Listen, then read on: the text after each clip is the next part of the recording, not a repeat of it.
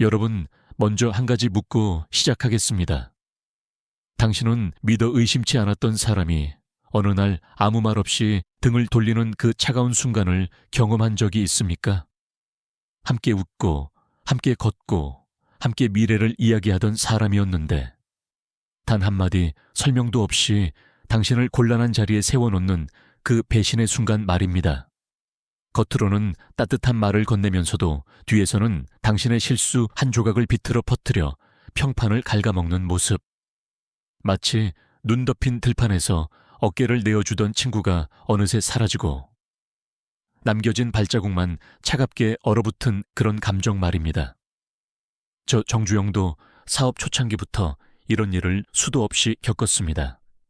관청에서, 은행에서, 거래처에서, 심지어는 한솥밥을 나누던 사람들 사이에서도 그랬습니다. 사람의 마음이라는 것이 늘 정직하게 드러나는 것은 아닙니다.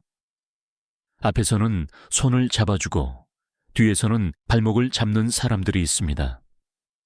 정면으로는 절대 이길 수 없으니 언제나 뒤에서 움직이며 약점을 노리는 이들. 저는 그들과 마주하고 부딪히고 때로는 쓰러지고 다시 일어서면서 한 가지 진실을 일찍 깨달았습니다. 세상에는 정면 승부로는 절대 이길 수 없는 싸움이 있다는 것. 그리고 그 싸움에서는 상대의 방식, 상대의 습성을 읽어내고 그 힘을 반대로 이용해야만 살아남을 수 있다는 사실입니다.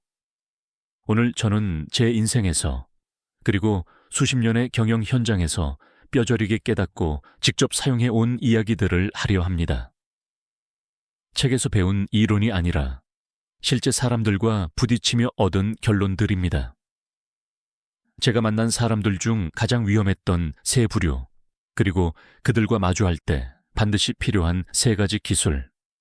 단순한 요령이 아니라 인생의 원칙이자 생존의 기반이 되었던 것들입니다. 혹시 지금 당신이 회사에서, 사업에서 혹은 인간관계 안에서 이런 생각을 해본 적은 없습니까? 왜 나만 힘들까? 왜 저 사람은 나를 이용하려 할까?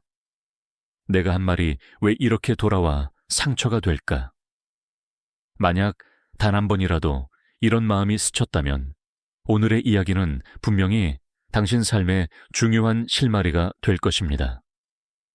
당신이 지금까지 겪었던 혼란이 어떻게 정리되는지, 그리고 같은 상처를 되풀이하지 않기 위해 무엇을 해야 하는지 아주 선명하게 보이게 될 것입니다. 사람은 누구나 신뢰를 원합니다. 특히 한국 사회에서 사람의 정과 신뢰는 한 번 주면 쉽게 거두지 않는다고 여깁니다. 그렇기에 배신과 뒤통수는 더 깊은 상처가 됩니다.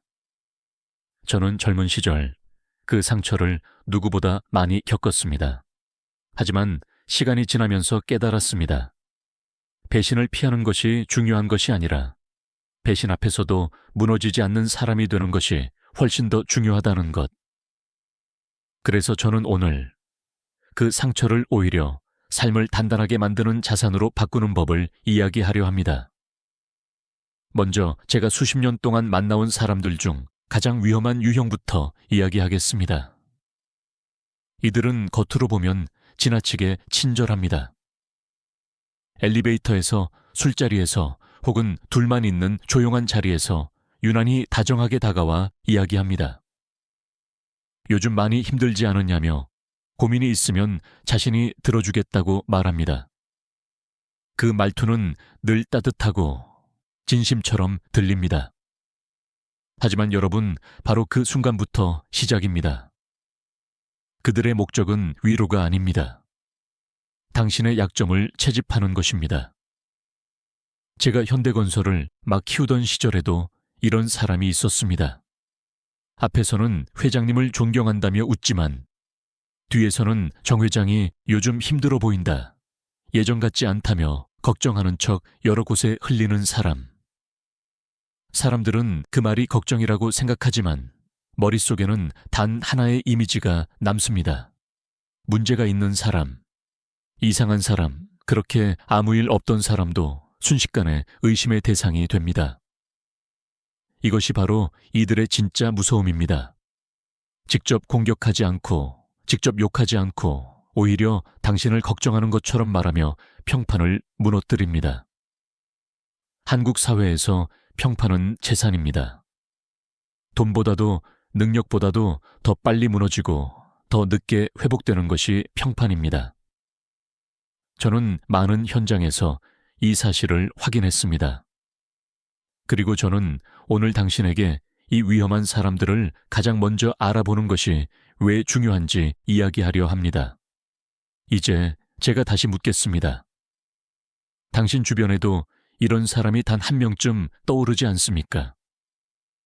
겉으로는 따뜻하지만 어느 순간부터 사람들의 시선이 조금씩 달라지는 것 같았던 경험. 그 시작점에 과연 누가 있었는지 떠올려 보십시오. 다음 부분에서는 바로 이 첫 번째 유형, 웃으면서 약점을 모으는 사람들에게 어떻게 대응해야 하는지, 제가 실제 현장에서 사용한 방법을 구체적으로 이야기하겠습니다. 단순한 이론이 아니라 평생을 걸고 확인한 확실한 생존의 기술입니다. 여러분, 이제 본격적으로 첫 번째 위험한 유형의 사람들에 대해 더 깊이 들어가 보겠습니다. 바로 웃으면서 약점을 모으는 사람들입니다. 이들은 당신의 마음을 천천히 열어놓고 그 안에서 가장 연약한 조각들을 찾아내어 결국 당신을 향한 무기로 바꾸는 사람들입니다. 문제는 그들의 방식이 너무나 조용하고 너무나 자연스러워서 당한 사람만 답답해진다는 데 있습니다. 이 부류의 사람들은 대부분 지나치게 친절합니다. 당신이 퇴근길에 지쳐 보이면 누구보다 먼저 다가와 말합니다. 형님, 요즘 많이 힘드시죠? 밤에 잠 잘 못 주무시는 것 같던데. 이런 말투는 늘 따뜻하고 배려 깊어 보입니다. 둘만 있는 자리에서는 고민을 털어놓으라고 부드럽게 권합니다. 저는 형님 이야기를 다 들어드릴 수 있습니다. 편하게 말씀하세요. 이런 접근은 누구라도 방심하게 만듭니다. 사람은 본능적으로 자신을 진심으로 이해해주는 사람에게 마음을 엽니다. 그런데 바로 그 순간 그들의 작업이 시작됩니다. 이들은 당신의 이야기를 절대 그대로 퍼뜨리지 않습니다. 그렇게 단순한 사람들이 아닙니다. 그들은 당신의 말 한 조각을 살짝 비틀고 걱정하는 척 포장을 해서 조용히 흘립니다. 아이고, 제가 보기에도 그 사람 요즘 많이 지쳐 보이더라고요. 회의 때도 표정이 예전 같지 않던데 혹시 무슨 일이 있는 건 아닐까요? 듣는 사람 입장에서는 걱정처럼 들립니다. 하지만 마음속에 남는 이미지는 단 하나입니다. 저 사람 요즘 뭔가 문제가 있구나. 이렇게 이미지가 흔들리는 순간 당신의 평판은 아무 소리 없이 균열이 생기기 시작합니다. 저도 현대건설을 막 키워가던 젊은 시절 이런 사람을 정확히 한 명 겪었습니다. 앞에서는 회장님을 진심으로 존경한다며 이를 위해서라면 자신은 뭐든 할 수 있다고 말하던 사람. 하지만 뒤에서는 조용히 제 이야기를 다른 사람들에게 흘리고 있었습니다. 정 회장이 요즘 좀 힘들어하는 것 같더라. 예전 같은 추진력이 없어진 것 같더라고. 이런 말 한 줄이면 됩니다. 직접 욕하지도 않고 직접 부정적인 말을 하지도 않으면서 제 이미지를 조금씩 바꿔버리는 것입니다. 무서운 건 피해자는 제대로 감지하지 못한다는 점입니다. 저는 어느 날 사람들이 갑자기 물어보기 시작했습니다. 회장님, 요즘 괜찮으십니까? 많이 피곤해 보이시던데요. 저는 아무 문제도 없었지만 질문이 반복될수록 의아함이 커졌습니다. 그리고 나중에서야 알게 되었습니다.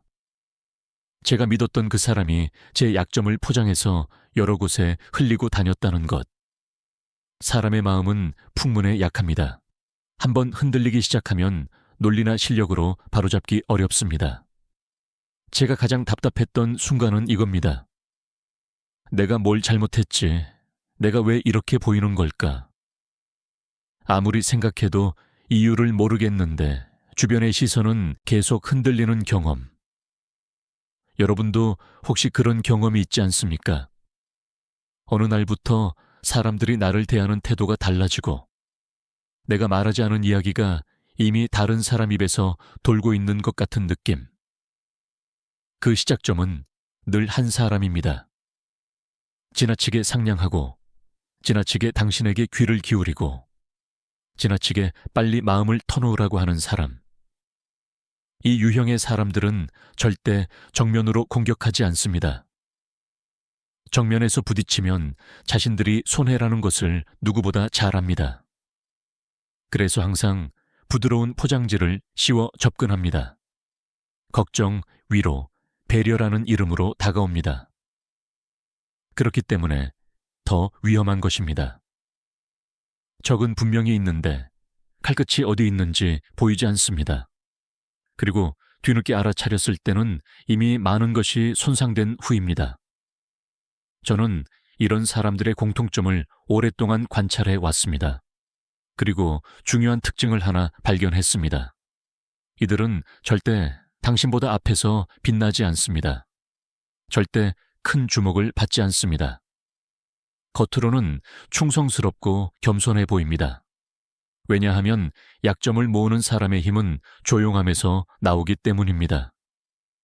소리 없이 움직여야 티가 나지 않습니다. 그래서 이들은 늘 조용한 자리에서 둘만 있는 공간에서 다정한 척 접근합니다. 사람들 앞에서는 아무 일도 아닌 것처럼 행동하고 뒤에서는 조용히 움직입니다. 결국 이들의 목적은 단 하나입니다. 당신이 스스로 약점을 드러내도록 만드는 것. 당신이 입을 열어야 그들의 무기가 만들어집니다.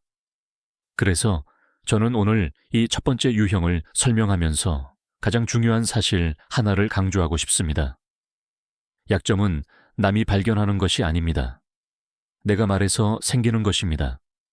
이 단순한 사실을 모르면 평생 같은 사람들에게 흔들리고 상처받게 됩니다. 제가 젊었던 시절, 이런 사람들에게 마음을 너무 쉽게 열었을 때 어떤 일이 벌어졌는지, 그리고 결국 어떻게 이겨냈는지 다음 부분에서 말씀드리겠습니다.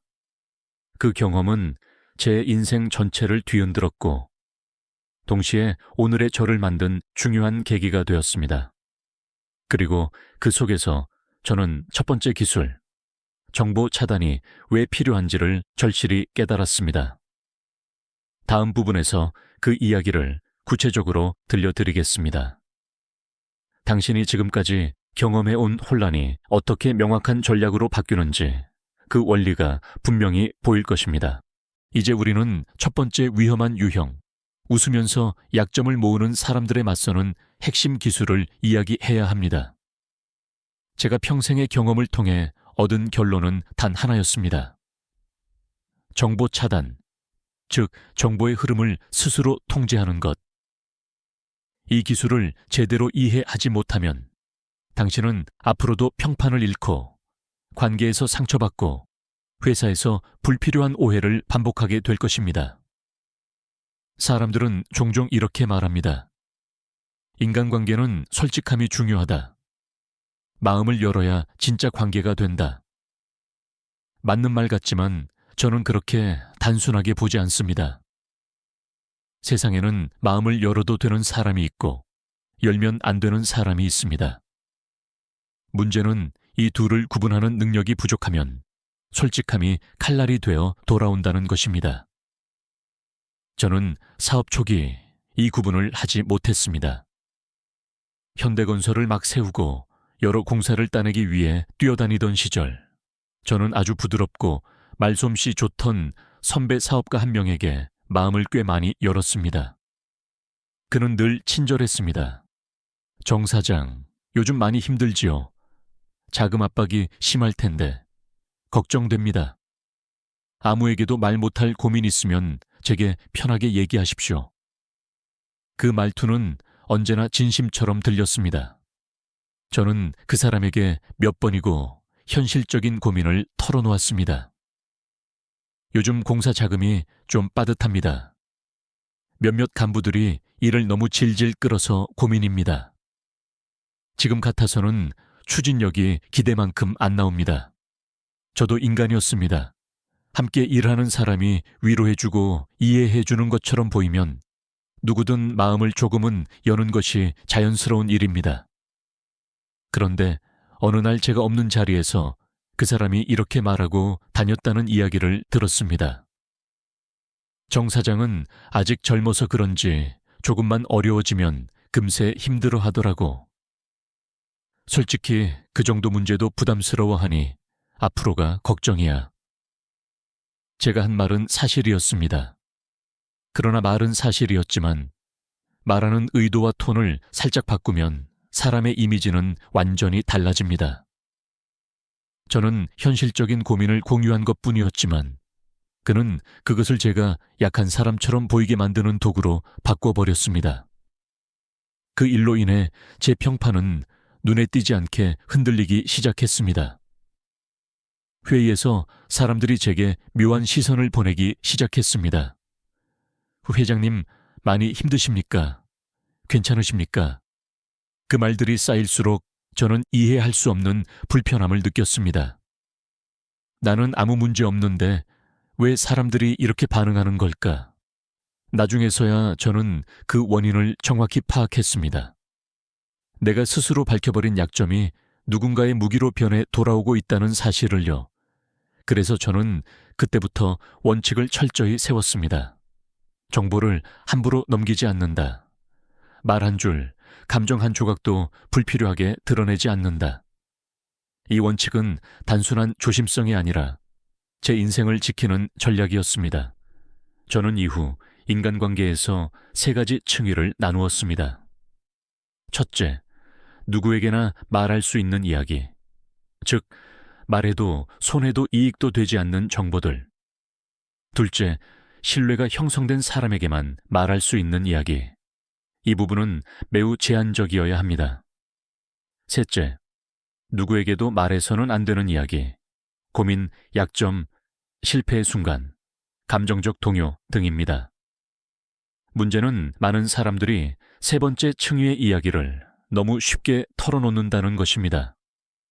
마음이 약해졌을 때, 외로울 때, 누군가가 상냥하게 다가올 때, 하지만 기억해야 합니다. 내 약점은 내가 직접 말해야만 존재합니다. 주지 않으면 누구도 가질 수 없지든지 없습니다. 저는 한번 이 원칙을 세우고 나서는 관계가 놀라울 만큼 단순해졌습니다. 예전에는 사람들 때문에 밤잠 설치는 일이 많았습니다. 누가 뭘 어떻게 말했는지, 왜 사람들이 나를 다르게 보인지, 왜 내가 말한 것과 다른 이야기가 만들어지는지. 그런데 정보를 차단하기 시작하자 근거 없는 오해도, 뒤에서 조용히 퍼지는 소문도 점점 사라졌습니다. 왜냐하면 그들은 더 이상 사용할 정보가 없었기 때문입니다. 어느 날 예전처럼 제 약점을 슬쩍 꺼내려고 하는 사람이 있었습니다.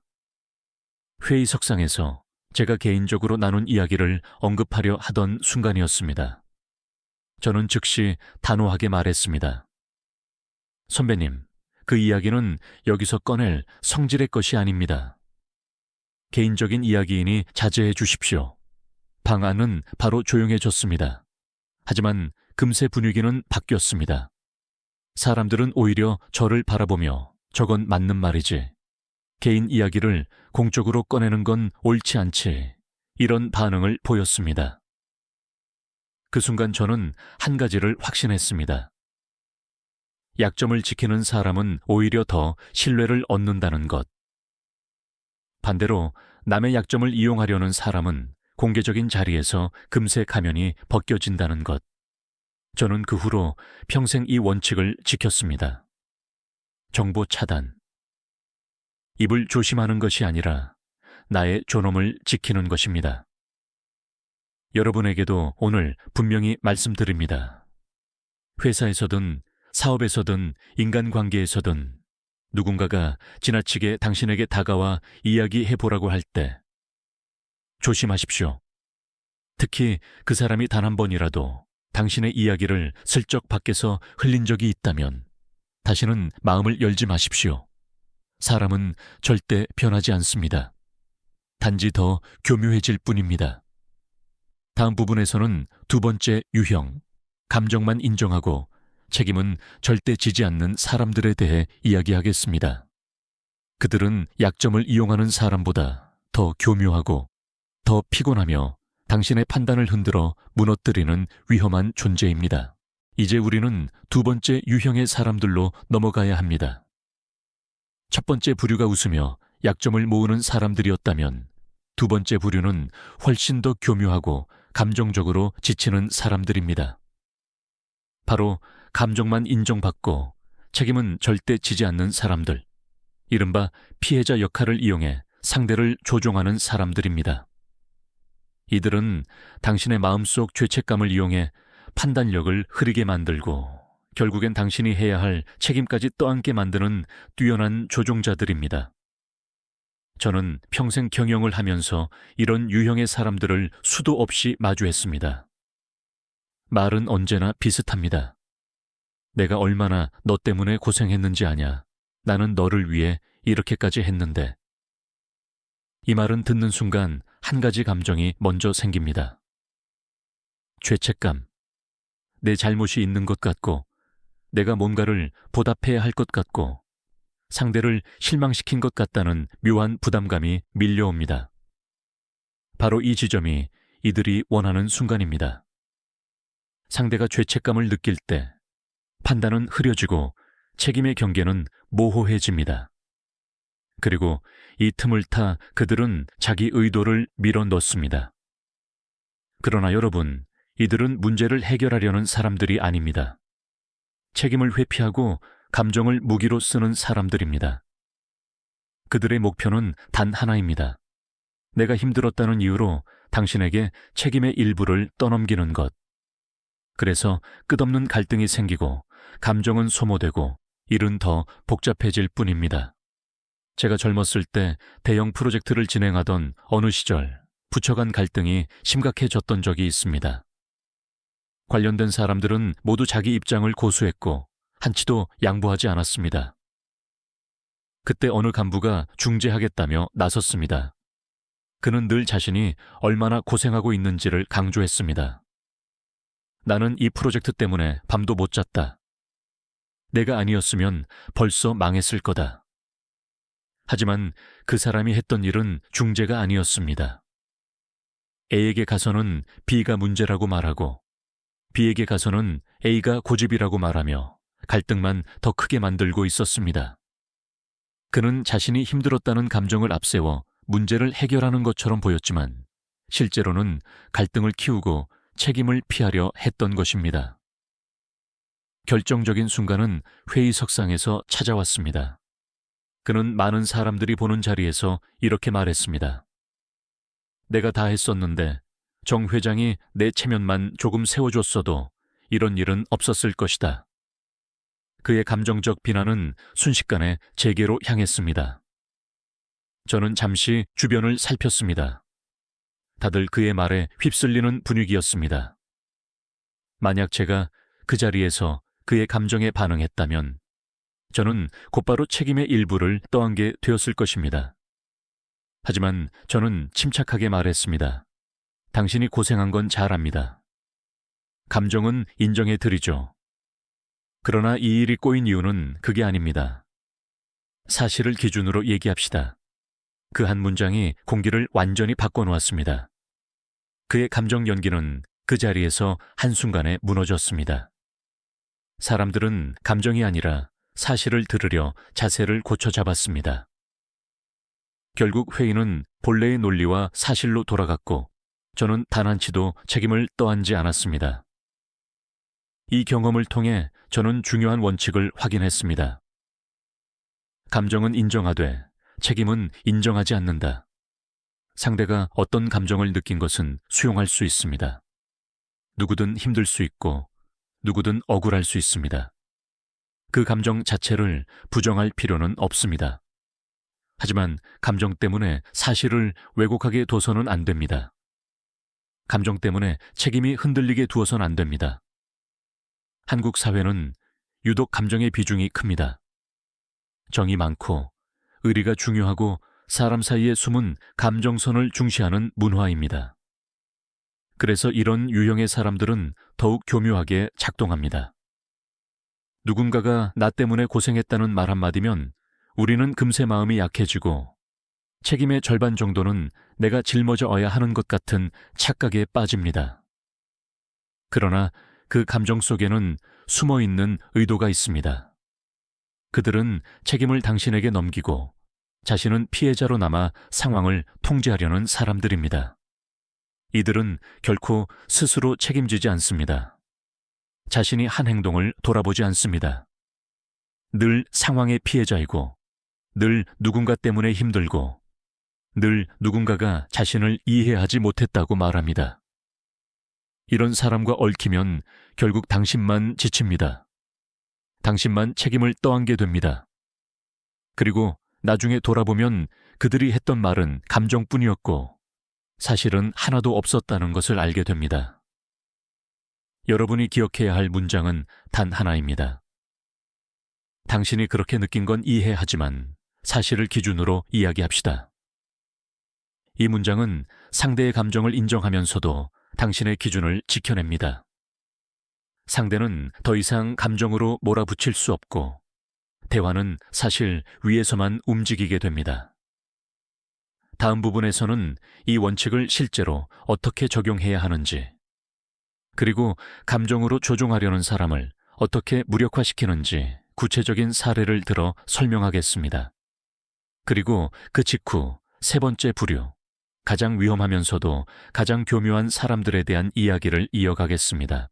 이제 우리는 두 번째 대응 기술, 즉 감정만 인정하고 책임은 인정하지 않는 원칙을 더 깊이 들여다보아야 합니다. 이 원칙은 단순한 대화 기술이 아닙니다.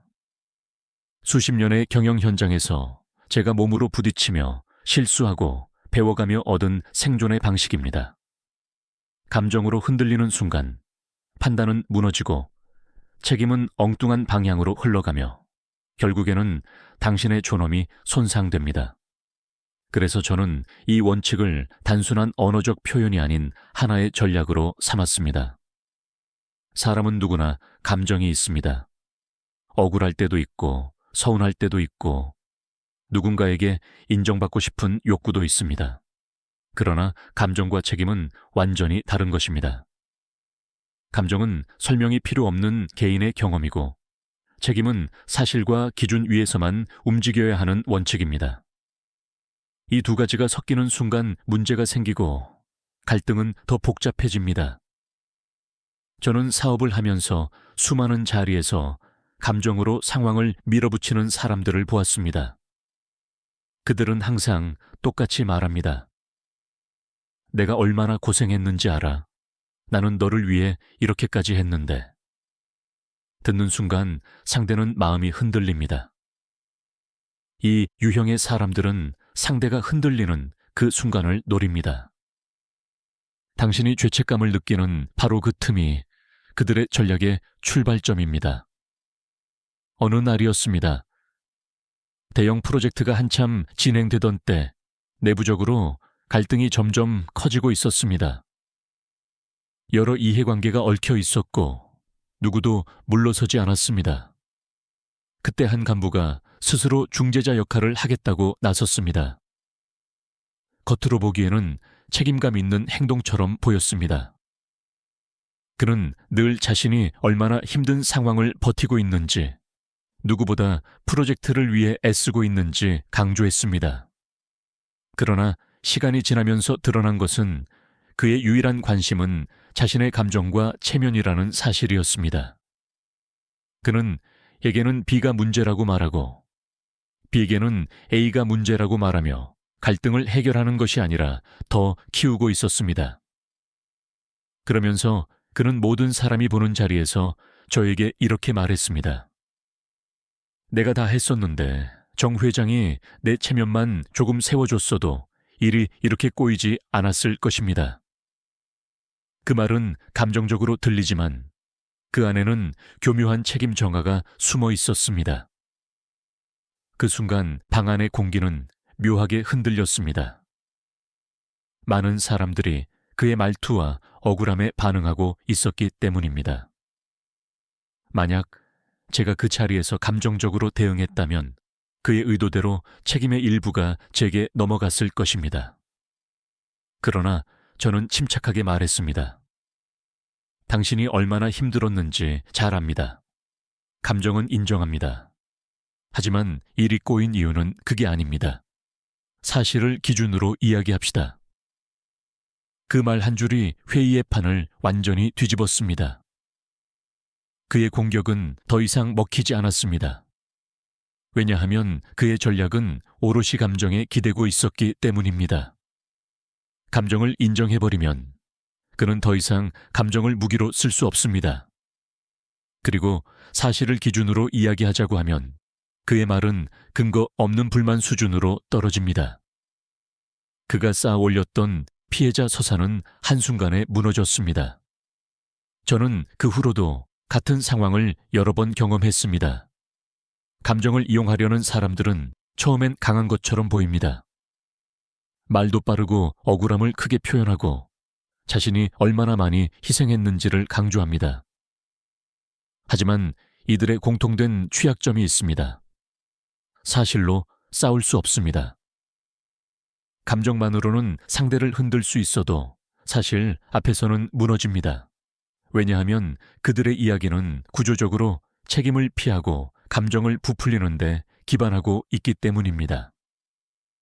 그래서 이 대응법은 언제나 단순하지만 강력합니다. 당신이 그렇게 느낀 건 이해합니다. 그러나 사실을 기준으로 이야기합시다. 이 문장은 세 가지 효과를 가져옵니다. 첫째, 감정 싸움으로 끌려 들어가는 것을 막습니다. 둘째, 상대에게 감정으로는 더 이상 조종할 수 없다는 신호를 줍니다. 셋째, 절대 흔들리지 않는 기준을 세워줍니다. 특히 한국 사회에서는 이 문장이 더욱 중요합니다. 우리는 감정의 무게를 중시하고 관계 안에서 타인의 감정에 지나치게 책임감을 느끼곤 합니다. 이런 문화 속에서는 책임을 모호하게 만들고 감정으로 상황을 흔드는 사람들이 더 쉽게 힘을 얻습니다. 하지만 당신이 이 원칙을 세우는 순간 그 힘은 즉시 사라집니다. 한 가지 예를 들어 보겠습니다. 어느 대기업의 부장 A씨는 매번 팀의 문제를 자신의 억울함으로 포장해 상세에게 전달했습니다. 나는 누구보다 열심히 했는데 팀원들이 내 말을 따르지 않는다. 나는 이렇게까지 했는데 회사가 나를 몰라준다. 상사는 처음 몇 번은 마음이 흔들렸습니다. 그러나 어느 날 그는 이렇게 말했습니다. 부장님이 힘들었던 감정은 이해합니다. 그러나 지금 이야기해야 할 것은 팀의 성과와 사실입니다. 그 순간 A씨는 더 이상 감정으로 상황을 끌고 갈 수 없었습니다. 그리고 조직은 비로소 문제의 본질을 들여다볼 수 있게 되었습니다. 감정을 인정하되 책임은 인정하지 않는다는 원칙은 당신의 마음을 지키는 장치이자 상대의 조종을 무력화시키는 방패입니다. 이 원칙을 지키는 사람은 결코 쉽게 흔들리지 않습니다. 말이 흔들리지 않고 판단이 흐려지지 않고 관계의 중심을 잃지 않습니다. 이제 다음 부분에서는 세 번째 부류, 가장 위험하면서도 가장 달콤한 말을 사용하는 사람들, 바로 너라면 할 수 있다며 불가능한 일을 얹어 놓는 사람들에 대해 이야기하겠습니다. 이들은 겉으로는 칭찬처럼 보이지만 실상은 책임을 떠넘기는 가장 교묘한 유형입니다. 이제 우리는 세 번째 유형의 사람들, 가장 교묘하고 가장 달콤한 말로 접근하는 사람들에 대해 이야기해야 합니다. 앞에서 설명한 두 부류가 약점을 모으고 감정을 무기로 사용한다면 이 세 번째 부류는 한층 더 정교합니다. 그들은 당신의 자존심을 세워주고 당신의 능력을 칭찬하며 은밀하게 다가옵니다. 그리고 결정적인 순간 절대 성공할 수 없는 일을 당신에게 조용히 얹어 놓습니다. 이들이 가장 자주 사용하는 문장은 단 하나입니다. 너라면 할 수 있어. 이 말은 듣는 순간 누구라도 흔들립니다.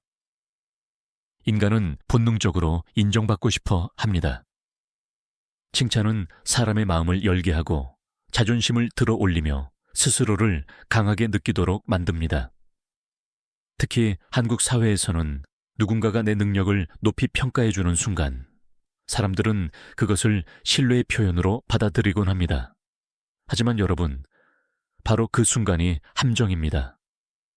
이들의 칭찬은 당신의 능력을 보기 때문이 아니라 당신을 이용하기 위한 출발점이기 때문입니다. 이들은 절대 공개석상에서 접근하지 않습니다. 절대 많은 사람들 앞에서 이 일은 당신밖에 못한다 라고 말하지 않습니다. 그 말은 항상 둘만 있는 자리, 조용한 공간, 은밀한 분위기에서 나옵니다. 왜냐하면 이들의 전략은 언제나 책임을 개인에게 밀어넣는 방식이기 때문입니다. 제3자가 있는 순간 그들의 계획은 드러나고 그들의 의도는 기록으로 남고 책임을 떠넘기는 구조는 흐트러져 버립니다. 그래서 그들은 언제나 둘만의 자리에서 조용히 접근합니다. 제가 젊었을 때 이런 유형을 똑같이 경험했습니다. 어느 고위 간부가 조용히 제게 말했습니다. 정 사장, 이건 나라의 운명이 걸린 문제요. 당신이라면 할 수 있지 않겠나. 그 말은 거창했고 듣기엔 근사한 말이었습니다. 저를 믿는다는 표현 같았고 제 능력을 높이 평가해 주는 것처럼 들렸습니다. 하지만 막상 내용을 들여다보니 조건은 말도 안 되는 수준이었습니다. 예산도 부족했고 기한도 비현실적이었으며 인력도 턱없이 모자랐습니다. 성공 가능성은 거의 0%였습니다. 그러나 실패하면 책임은 전부 제 몫이었습니다. 이런 사람들의 패턴은 정확히 같습니다. 거절하면 배신자, 받아들이면 희생양. 어느 선택도 당신이 이길 수 없는 판입니다. 저는 그때 곧바로 대답하지 않았습니다. 대신 아주 단순한 한 문장을 꺼냈습니다. 중요한 사안이니 담당 장관님과도 함께 논의해 책임 구조를 명확히 하시죠. 그 순간 그의 얼굴이 굳어졌습니다. 왜냐하면 그는 그 일이 공식적인 자리로 올라가는 것을 원하지 않았습니다. 둘만 아는 부탁이어야만 책임을 떠넘길 수 있었기 때문입니다. 저는 그 즉시 상부에 공식 보고를 넣었습니다. 상황을 명확하게 설명했고 구조적으로 불가능한 조건이라는 점을 냉정하게 명시했습니다. 상급자는 단번에 상황을 파악했습니다. 이 일은 한 사람에게 맡길 수 있는 일이 아니다. 단 한 문장으로 그 간부의 술수는 즉시 무너졌습니다. 그는 다시는 저에게 무리한 일을 넘기려 하지 않았습니다. 왜냐하면 그는 이미 드러났기 때문입니다. 이 유형의 사람들은 절대 스스로 책임지지 않습니다. 실패했을 때 자신이 위험에 빠질 일을 절대 맡지 않습니다. 그들은 항상 성공하면 자기 공으로 돌릴 수 있고 실패하면 상대에게 책임을 전가할 수 있는 구조만 만들어 놓습니다. 그래서 그들이 건네는 칭찬은 위험합니다. 너라면 할 수 있어라는 말 뒤에는 언제나 보이지 않는 요구가 숨어 있습니다. 한 번은 대기업의 중간 관리자인 B씨가 이런 방식으로 큰 피해를 본 적이 있습니다. 상사가 조용히 불러서 말했습니다. 이 일은 당신밖에 못해. 내가 믿고 맡길게. 하지만 막상 프로젝트를 시작해보니 성공 조건은 전혀 갖춰져 있지 않았습니다. 인력은 부족했고 기한은 터무니없이 짧았으며 회사 내부 이해관계는 서로 충돌하고 있었습니다. 결국 실패했고 상사는 이렇게 말했습니다. 난 분명히 너를 믿었는데 네가 실망시켰구나. 칭찬으로 시작했지만 끝은 비난과 책임 전가였습니다. 여러분이 꼭 기억해야 할 점이 있습니다. 진짜 믿는 사람은 둘만 있는 자리에서 당신에게 불가능한 일을 맡기지 않습니다. 진짜 믿는 사람은 책임 구조를 명확히 하고 조건을 조율하고 함께 승리할 방식을 찾습니다.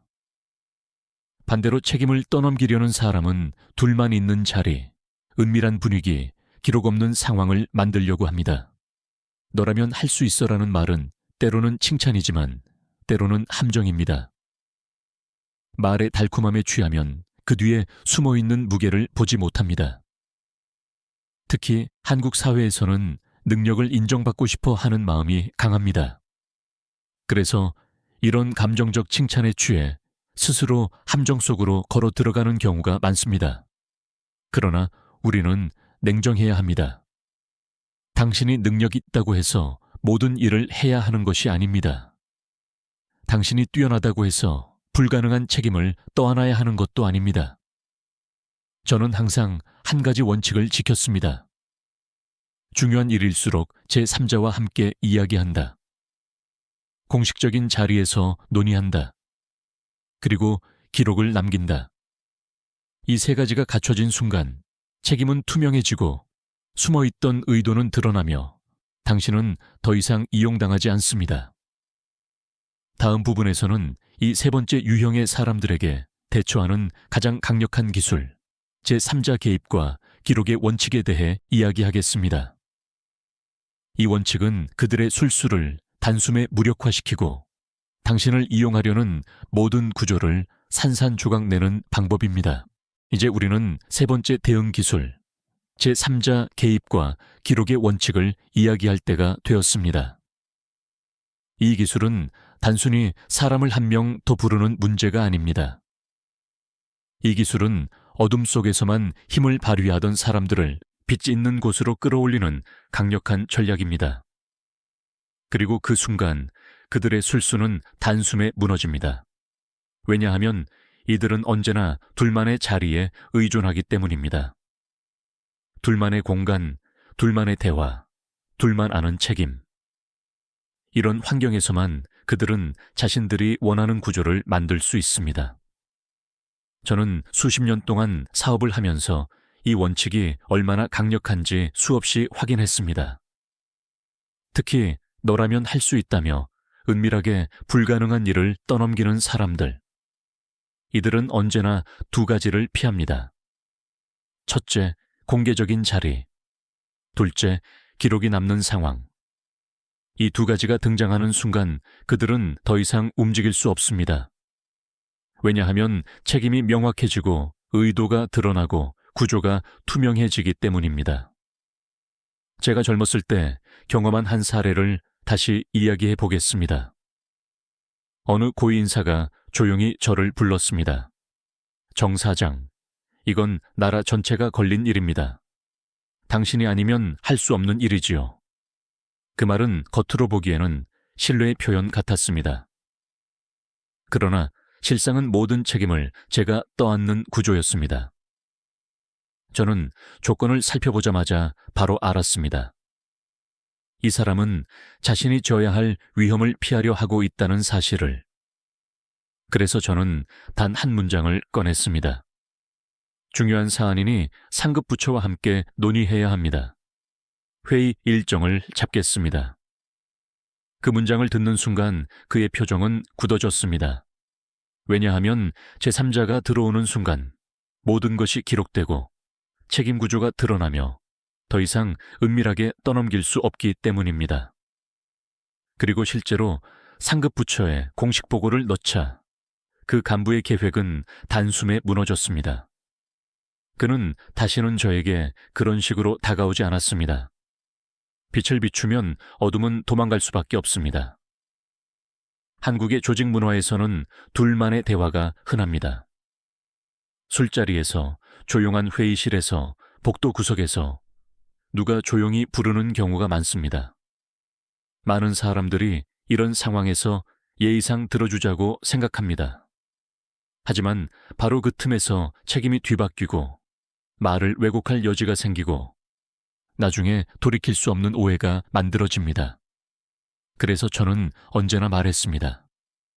중요한 이야기일수록 빛 아래로 가져와라. 둘만의 자리에서 들은 말은 언제든 바뀔 수 있습니다. 기억은 흐려지고 말의 의미는 왜곡되고 의도는 숨겨질 수 있습니다. 그러나 기록이 남는 순간 그들은 절대 함부로 말을 바꾸지 못합니다. 제3자가 들어오는 순간 그들의 계획은 구조적으로 불가능해집니다. 한 번은 어느 중견기업의 팀장 C씨가 제게 상담을 요청한 적이 있습니다. 상사가 늘 둘만의 자리에서 어려운 일을 슬쩍 떠넘기고 있었습니다. 실패의 책임은 항상 C씨에게 돌아왔습니다. 저는 그에게 한 가지 조언을 했습니다. 중요한 이야기는 반드시 공식 회의에서 하십시오. 회의록을 남기십시오. 이메일로 정리하십시오. 처음엔 상사가 불편해했습니다. 왜 굳이 기록을 남기느냐며 분위기를 흐린다고 했습니다. 그러나 몇 번 반복되자 상사는 더 이상 무리한 책임을 넘기지 못했습니다. 기록이 남는 곳에서는 책임의 방향이 명확하기 때문입니다. 기록과 제3자의 존재는 사람의 행동을 바꿉니다. 왜냐하면 책임을 숨길 수 없기 때문입니다. 출발점은 간단합니다. 책임을 떠넘기려는 사람은 언제나 은밀함 속에서 움직인다. 반대로 책임을 지는 사람은 언제나 공식적인 자리에서 말한다. 세 번째, 대응 기술의 핵심은 다음과 같습니다. 첫째, 둘만의 자리에서 중요한 이야기를 절대 결정하지 않는다. 둘째, 필요하다면 공식 회의로 끌어올린다. 셋째, 모든 핵심 내용은 기록으로 남긴다. 이 세 가지를 지킨다면 누군가가 당신에게 불가능한 일을 뒤집어 씌우는 일은 단숨에 사라집니다. 당신은 불필요한 오해 속에서 흔들리지 않고 일을 공정하게 정리할 수 있으며 무엇보다 스스로의 존엄과 기준을 지킬 수 있습니다. 저는 수많은 인재들이 이 원칙을 몰라 억울하게 무너지는 것을 보았습니다. 팀장이 갑자기 책임을 뒤집어 쓰고 프로젝트가 실패할 때 모든 비난을 한 사람이 감당하고 누구보다 노력한 사람이 가장 먼저 희생양이 되는 상황들. 공통점은 하나였습니다. 둘만의 자리에서 모든 것이 시작되었다는 사실. 그리고 아무 기록도 남지 않았다는 사실. 여러분, 어둠 속에서만 강한 사람을 두려워할 필요는 없습니다. 그들을 빛으로 끌어내는 순간 그들은 더 이상 힘을 쓸 수 없습니다. 제3자 개입과 기록은 상대방을 공격하기 위한 도구가 아닙니다. 나를 지키기 위한 최소한의 방패입니다. 책임을 나누기 위한 합리적 장치입니다. 그리고 인간관계를 투명하게 만드는 기준입니다. 이제 다음 부분에서는 이 세 가지 유형과 세 가지 대응 기술을 하나의 철학으로 묶어 정리하겠습니다. 그리고 왜 이 세 가지 원칙이 당신의 경력과 인간관계를 지키는 가장 강력한 무기가 되는지 깊이 있게 이야기하겠습니다. 이제 우리는 세 가지 위험한 인간 유형과 그에 대응하는 세 가지 기술을 하나의 철학으로 묶어 정리해야 합니다. 앞의 이야기들이 단순한 사례나 경영 노하우처럼 들렸을 수도 있습니다. 그러나 제가 오늘 전달하고자 하는 핵심은 훨씬 더 깊습니다. 이것은 관계를 지키는 기술을 넘어 스스로를 지키는 원칙이며 흔들리지 않는 삶을 만드는 기준입니다. 제가 오랜 시간 경영 현장에서 깨달은 진실은 단순합니다. 사람을 바꾸는 것은 거의 불가능하다. 그러나 내가 대응하는 방식을 바꾸는 것은 언제나 가능하다. 세상에는 평생 변하지 않는 사람들이 있습니다. 웃으며 약점을 캐내는 사람, 감정으로 조종하는 사람, 칭찬을 미끼로 삼아 책임을 떠넘기는 사람. 이들은 형태만 달라질 뿐 언제 어디서든 다시 나타납니다. 회사를 옮겨도 사업을 바꿔도 인간관계를 정리해도 사라지지 않습니다. 결국 중요한 것은 그들을 없애는 것이 아니라 그들 때문에 무너지지 않는 내가 되는 것입니다. 그래서 저는 세 가지 기술을 전략이라고 부르지 않습니다. 이것은 인생을 지키는 원칙입니다. 첫 번째 원칙, 정보 차단. 약점은 누가 찾아내는 것이 아니라 내가 드러내기 때문에 생깁니다. 사람은 누구나 말할 때 약해집니다. 감정이 흔들릴 때, 외로울 때, 누군가가 따뜻하게 다가올 때, 쉽게 마음을 열고 싶어집니다.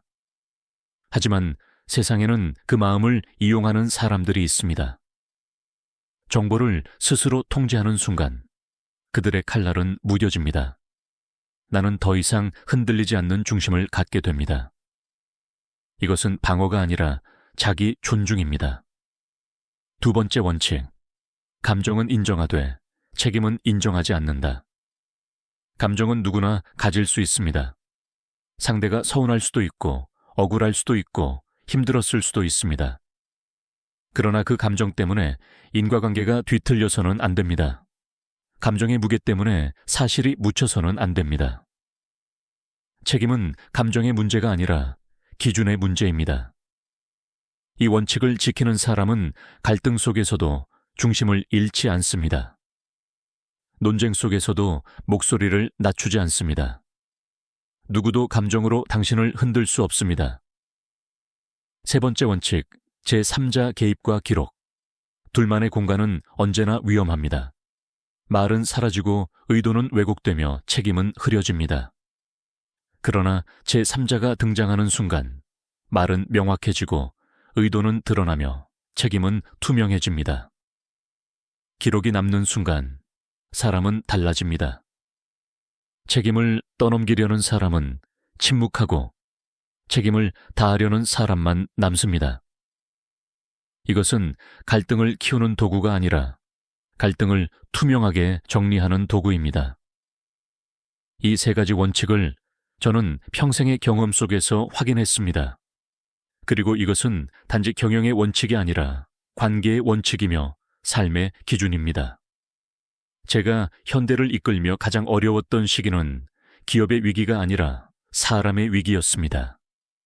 조직은 항상 외부의 압박보다 내부의 혼란으로 흔들립니다. 능력 있는 사람의 실수 때문에 무너지는 경우보다 교묘한 사람들의 작은 속임수가 누적되어 큰 문제를 만드는 경우가 훨씬 많습니다. 그럴 때마다 저는 이 세 가지 원칙으로 버텼습니다. 약점을 드러내지 않고 감정 앞에서 흔들리지 않고 책임을 투명하게 만들었습니다. 사람들은 종종 묻습니다. 회장님은 어떻게 그런 상황에서 중심을 잃지 않을 수 있었습니까? 대답은 늘 같았습니다. 중심을 잃지 않으려면 중심을 지키는 원칙이 필요하다. 그리고 그 원칙은 상황에 따라 바뀌지 않아야 한다. 한 번은 이런 일이 있었습니다. 그룹 내부에서 큰 갈등이 터졌던 시기였습니다. 서로가 서로를 비난했고 감정적인 말들이 오갔습니다. 많은 사람들이 문제의 책임을 제게 돌리려는 분위기였습니다.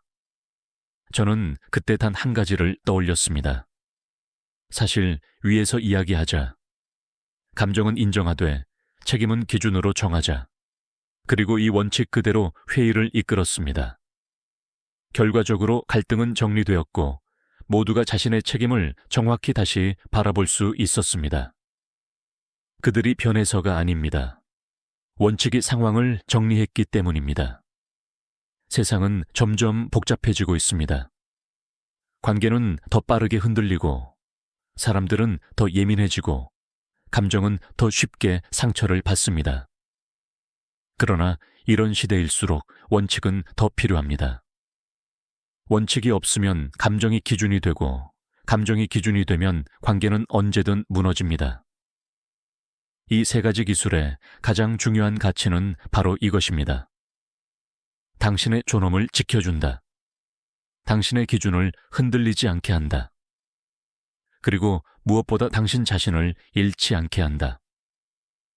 저는 수많은 위기 속에서 이 세 가지 원칙 덕분에 버틸 수 있었습니다. 기업이 흔들릴 때도, 사람들이 나를 흔들려 할 때도 저는 단 한 번도 중심을 잃지 않았습니다. 왜냐하면 방법을 알고 있었기 때문입니다. 사람을 바꾸는 것이 아니라 나를 지키는 방법을요. 다음 부분에서는 이 원칙을 당신의 일상에 바로 적용할 수 있는 실천 전략으로 정리하겠습니다. 내일 단 하나만 적용해도 관계가 달라지고 사람들이 당신을 대하는 태도가 완전히 바뀌는 것을 깨닫게 될 것입니다. 이제 우리는 오늘 이야기한 세 가지 원칙을 실제 삶에 적용하는 단계로 들어가야 합니다. 아무리 뛰어난 원칙도 실천되지 않으면 그저 좋은 말에 불과합니다. 하지만 단 한 가지라도 행동으로 옮기면 관계는 바뀌고 상황은 정리되며 무엇보다 당신 자신이 달라집니다. 그래서 저는 이 부분의 제목을 이렇게 붙였습니다. 내일 단 하나만 실천해보라. 사람들은 종종 이런 생각을 합니다. 인생을 바꾸려면 큰 결심이 필요하다고. 그러나 제 경험은 전혀 달랐습니다. 인생을 바꾸는 것은 거대한 결심이 아니라 아주 작은 원칙 하나를 지키는 순간부터 시작됩니다. 방향이 바뀌면 속도는 자연스럽게 따라옵니다.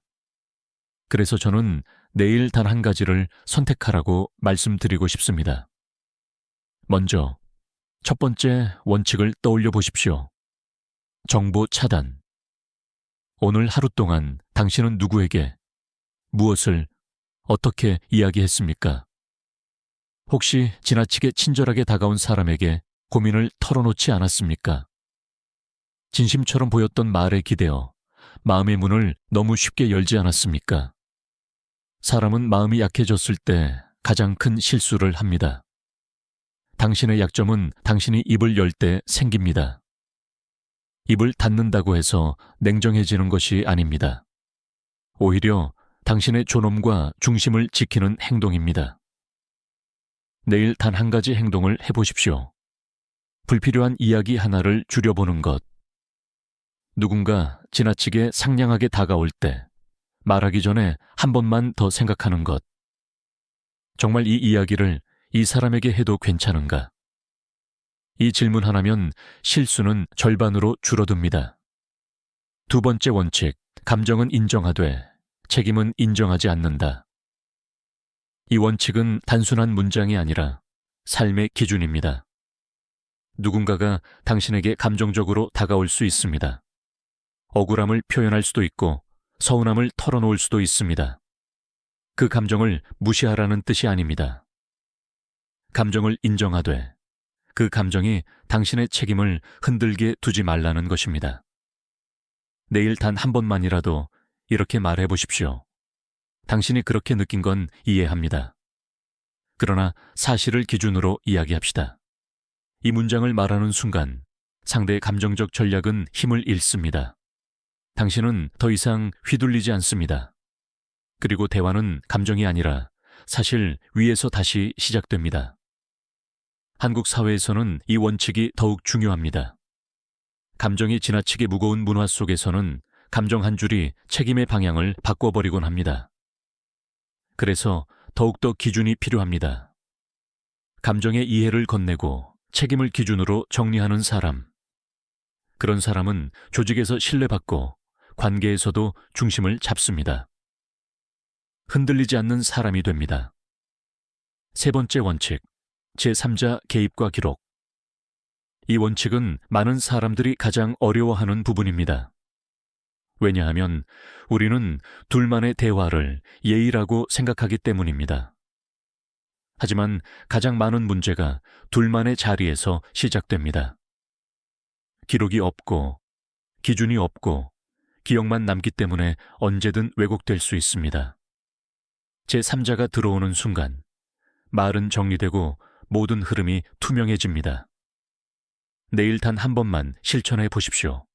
중요한 이야기는 회의에서 말하십시오. 핵심 결정은 이메일로 정리하십시오. 필요하다면 제3자를 부르십시오. 이 세 가지 중 단 하나만 적용해도 상황이 완전히 달라집니다. 제가 아는 어느 후배는 이런 습관을 들이고 인생이 바뀌었습니다. 예전에는 무리한 요구를 숨어서 떠안았고 나중에는 실패의 책임까지 모두 뒤집었었습니다. 그는 늘 억울했고 늘 자신을 탓했습니다. 그러나 제가 단 한 가지 조언을 했습니다. 중요한 이야기는 공식적으로 처리하라. 그 후 그의 경력은 바뀌었습니다. 왜곡된 말이 사라졌고 책임을 떠넘기는 사람도 사라졌습니다. 사람들의 태도는 분명히 달라졌습니다. 그가 달라졌기 때문입니다. 내일 단 하나만 실천해 보십시오.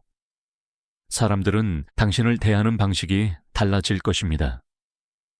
당신의 말은 더 무게를 갖게 될 것입니다. 그리고 무엇보다 당신 자신이 스스로를 대하는 태도가 달라질 것입니다. 제가 인생에서 반복해온 결론은 늘 하나였습니다. 사람은 변하지 않을 수 있다. 그러나 내가 변하면 세상은 달라 보인다. 세 가지 원칙을 모두 적용하려고 하지 않아도 됩니다. 내일 단 하나면 충분합니다. 작은 변화 하나가 큰 전환점을 만듭니다. 한 사람이 변하면 관계가 바뀌고, 관계가 바뀌면 삶이 바뀝니다. 마지막으로 당신 스스로에게 한 가지 질문을 던져보십시오. 내일 나는 무엇을 실천할 것인가? 정보를 지킬 것인가? 감정에 흔들리지 않을 것인가?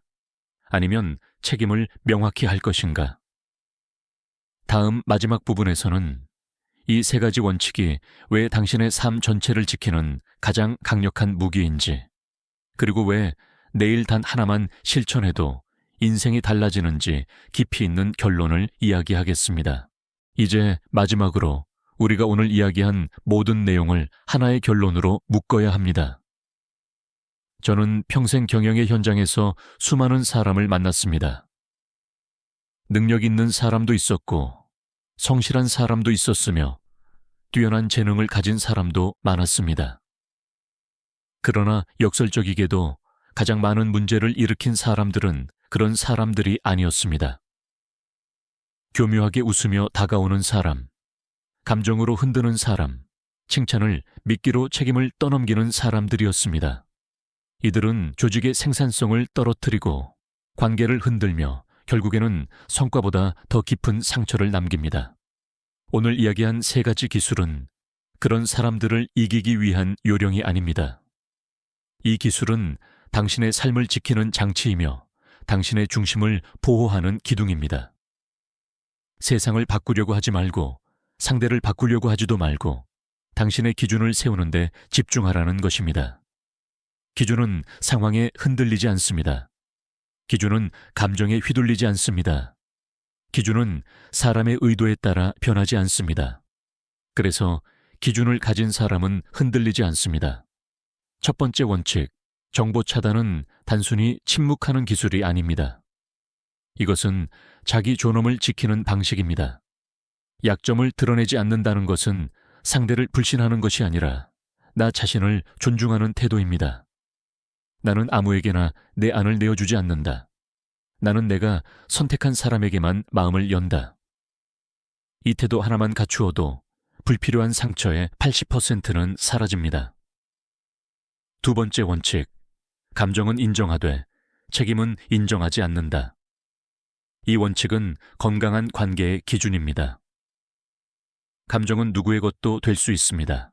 그러나 책임은 사실 위에서만 움직여야 합니다. 감정 때문에 기준이 흔들리는 순간 모든 관계는 복잡해지고 모든 상황은 흐려집니다. 당신의 마음을 지키고 싶은가? 그렇다면 감정을 존중하되 책임은 반드시 기준으로 정하십시오. 세 번째 원칙, 제3자 개입과 기록. 이것은 관계의 투명성을 세우는 기둥입니다. 둘만 있는 자리에서는 말이 바뀌고 의도가 숨고 책임이 왜곡됩니다. 그러나 제3자가 등장하는 순간, 그리고 기록이 남는 순간 모든 것이 명확해집니다. 책임은 공정해지고 의도는 드러나며 오해는 사라집니다. 이 원칙을 지키는 사람은 절대로 이용당하지 않습니다. 저는 인생을 살아오며 수없이 많은 위기를 겪었습니다. 기업이 흔들릴 때도 있었고 사업이 무너질 것 같은 순간도 있었습니다. 그러나 제가 가장 깊이 상처받았던 순간은 언제나 사람이었습니다.